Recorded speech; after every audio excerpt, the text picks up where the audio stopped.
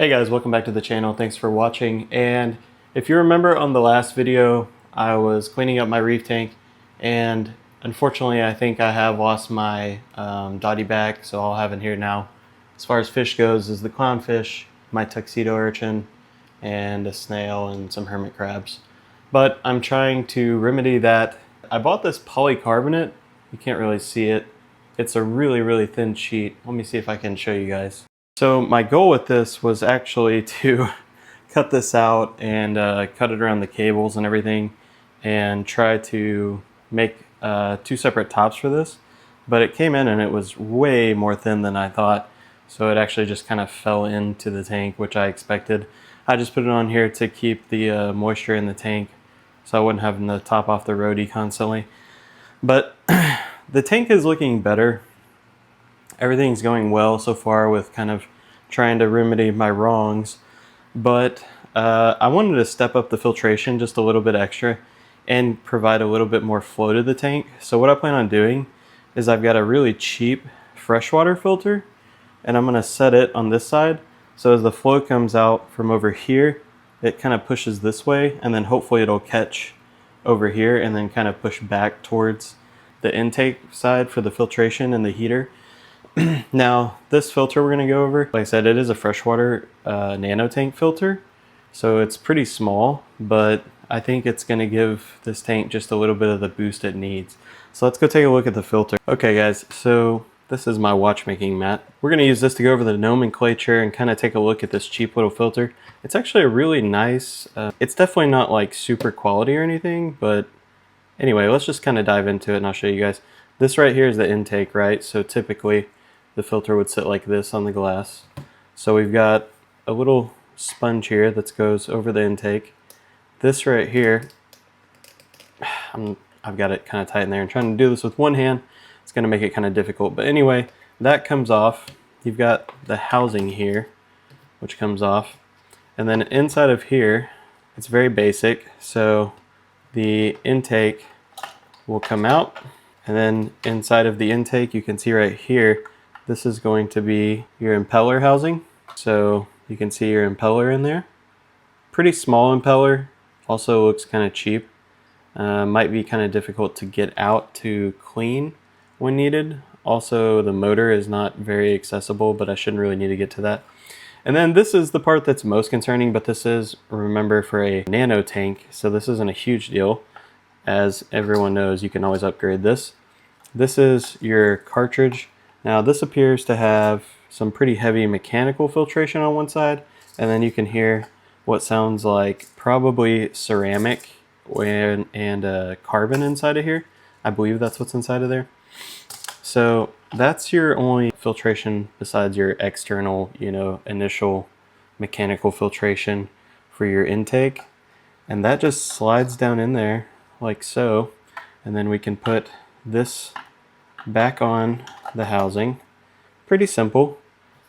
Put that back on the lid. And I really like the lid design actually. It's a lot more like modern than you see most of these cheaper filters. And that's it. Very simple, very basic nano filter. But what I'm hoping is this thing's going to give it a little bit of a push. It also has an adjustability knob here. So that's quite nice. So we can adjust the flow from the impeller. I don't imagine this thing's going to put out a ton of power, but I think it's going to be enough to kind of give the tank the boost that it needs to hopefully get back on track. So I'm going to go ahead and get that in the tank. And then if everything goes well and everything gets cleaned up nice, I think my next step is, I want to get a custom top secured. I think versus using any other kind of plastic, I think that polycarbonate or Lexan, I believe, is the best thing for it. I don't think it leaches chemicals into the water or anything. I could be wrong, but I think that's the case.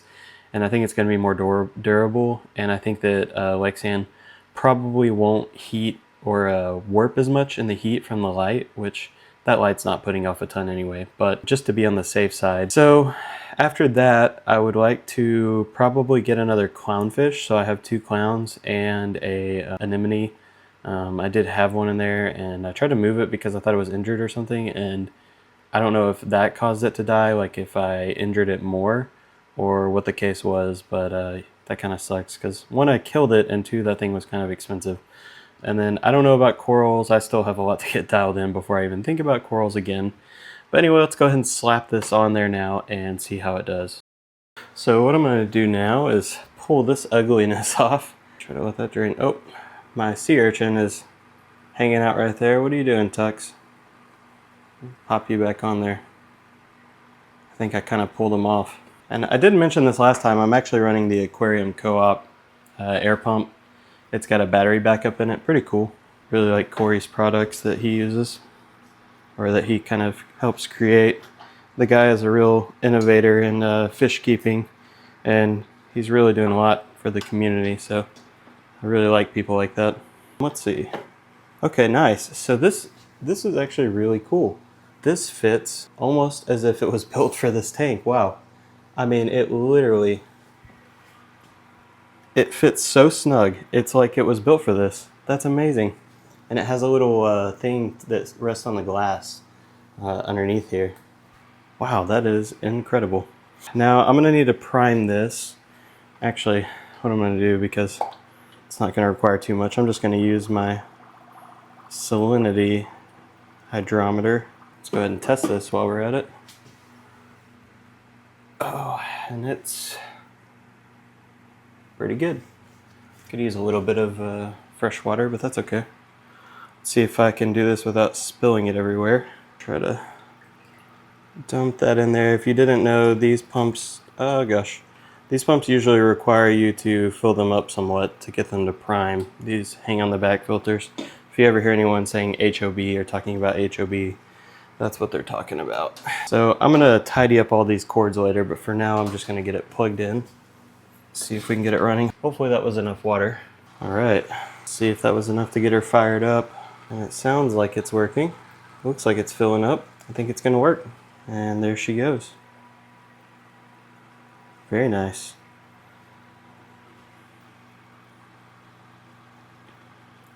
Very good. Let's see if I can increase the flow or reduce the flow.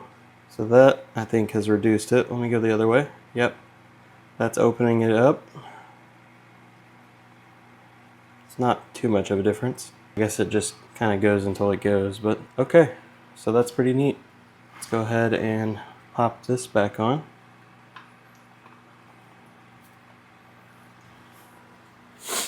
I absolutely love the way that looks. I think I'm probably going to buy one of those for this.